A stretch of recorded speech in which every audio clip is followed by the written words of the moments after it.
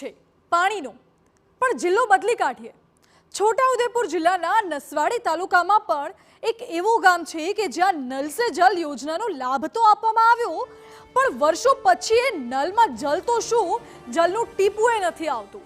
ગામમાં આવેલા સ્થાનિક ધારાસભ્યોએ આ મુદ્દે અધિકારી અને કોન્ટ્રાક્ટરને રીતસર તતડાવ્યા, પણ સુધરે એ બીજા.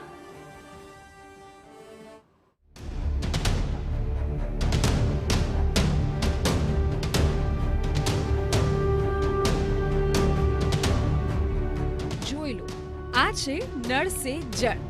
એમાંથી પાણી આવતું નથી, નળો કાટ ખાઈ ગયા છે, પણ તો એ નળ સે જળ.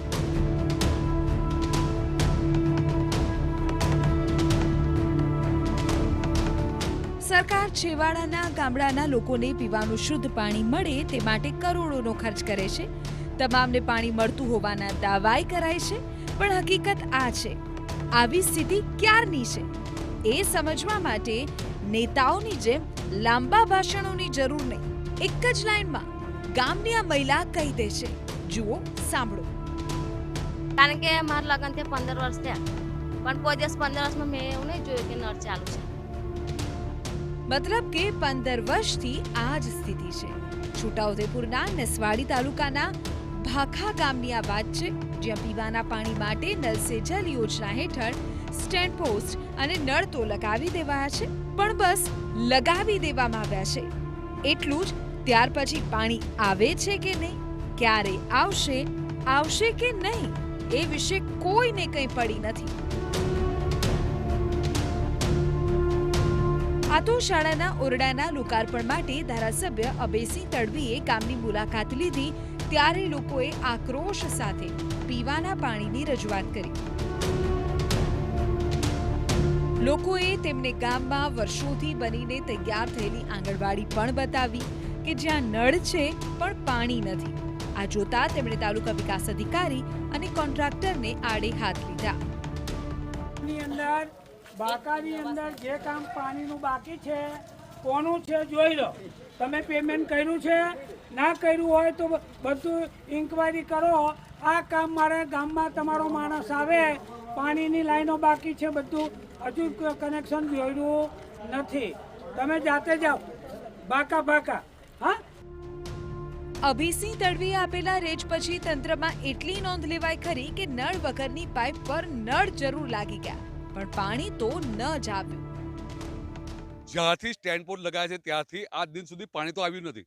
પરંતુ જે બાળકો માટે જે નંદ ઘર કહી શકાય, એ નંદ ઘર આજથી 2.5 વર્ષ પહેલા બનાવવામાં આવ્યું હતું.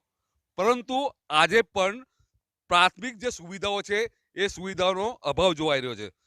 જે બાળકો છે તે બાળકો અહીં આવતા નથી. વાલીઓનું કહેવું છે કે પીવાનું જો પાણી આગળ ના મળતું હોય તો કેમ કરીને બાળકોને અહીં ઘડી બેસાડવામાં આવે. પરંતુ આપ જોઈ શકો છો કે પાણી વગર જે ખાસ કરીને જે આ ગામની તકલીફ છે એ તકલીફ આ જે નંદઘરમાં બી જોવાઈ રહી છે. આપ જોઈ શકો છો કે આજે ચકલી તો બેસાડી દીધી છે, પરંતુ તે પણ એમાં પાણી આવતું નથી. પાણી તો છોડો, આંગણવાડીમાં લાઇટ પણ નથી. ગામના લોકો અપૂરતી સુવિધાને કારણે બાળકોને મોકલતા નથી. બાળકો આજે પણ આંગણવાડીની બહેનને ત્યાં જ બેસીને ભણે છે.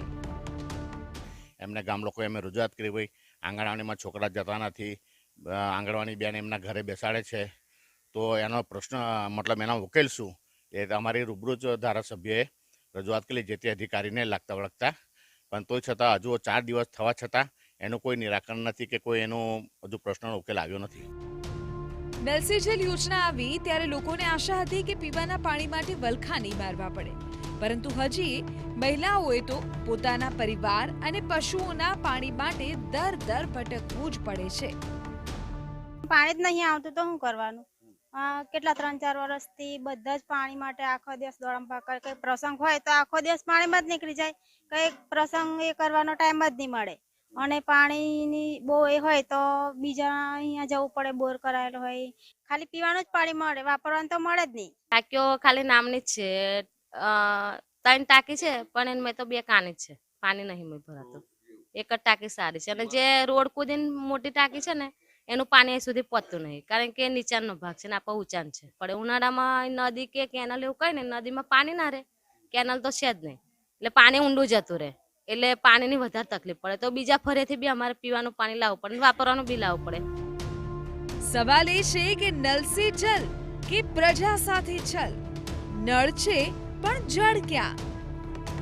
પાણી માટે રોજે રોજનો સંઘર્ષ કેમ? અધિકારીઓને પાણી આપવામાં શું રસ નથી? કરોડોનું આંદણ છતાં પાણી કેમ નથી પહોંચતું? ભ્રષ્ટ અધિકારીઓ સામે પગલાં લેવાશે? કોના કારણે લોકો વર્ષોથી તરસ્યા છે? આ તરફ કેનાલોના નવીનીકરણ માટે આવેલા મંત્રી કુંવરજી બાવળિયાને જ્યારે સવાલ પૂછાયો તો જવાબને બદલે તેમણે સુંદર મજાનું નાનકડું ભાષણ આપ્યું. જે વિસ્તારો છે જ્યાં હજુ આ યોજના પહોંચી નથી, એમાં 100% ગામડાઓને ધ્યાનમાં રાખીને પણ જે વિસ્તારમાં પૂરું કામ થયું હતું એને 100% તરીકે જાહેર કર્યા. સમગ્ર ગુજરાતના બધા જ ગામડાઓ જ્યાં બાકી રહ્યા સવા ગામડાઓ, એની અંદર વહેલી તકે આ યોજના સાકાર થાય એના માટેનું પણ અમારું પ્લાનિંગ છે, આયોજન છે. અને જ્યાં નથી પહોંચ્યું એનું સર્વે કરાવીને વહેલી તકે એ ગામડાઓ સુધી પાણી પહોંચે, મળે, એ માટે જે રીતે દેશના પ્રધાનમંત્રી આદરણીય નરેન્દ્રભાઈનું એક લક્ષ્ય છે એ સિદ્ધ થશે, એમાં કોઈ શંકા નથી. તેમણે એવું પણ કારણ આપ્યું કે ગામમાં પાણી સમિતિના સભ્યોના મતભેદને કારણે પણ આવું બને છે. ખેર ફિકર એ વાતની છે કે અહીંથી છેક સૌરાષ્ટ્ર સુધી પાણી પહોંચ્યું છે, પણ નર્મદા કોલોની નજીક જ આ ગામોને પાણી નથી પહોંચી રહ્યું. મતલબ કે ઘરના છોકરા ઘંટી ચાટે ને પડોશીને આટો. સરદાર સરોવર બનાવવા માટે પણ કેટલાય લોકોએ પોતાની જમીનો આપી છે, પરંતુ તેવા જ લોકોને સિંચાઈનું કે પીવાનું પાણી નથી મળ્યું. ત્યારે ગામના લોકોનું કહેવું છે કે નળમાંથી જળ તો આવતા આવશે, પણ નર્મદાનું જળ તો કોઈ પણ રીતે તેમના સુધી પહોંચાડો. મકબૂલ મંસૂરી, TV9 છોટાઉદેપુર.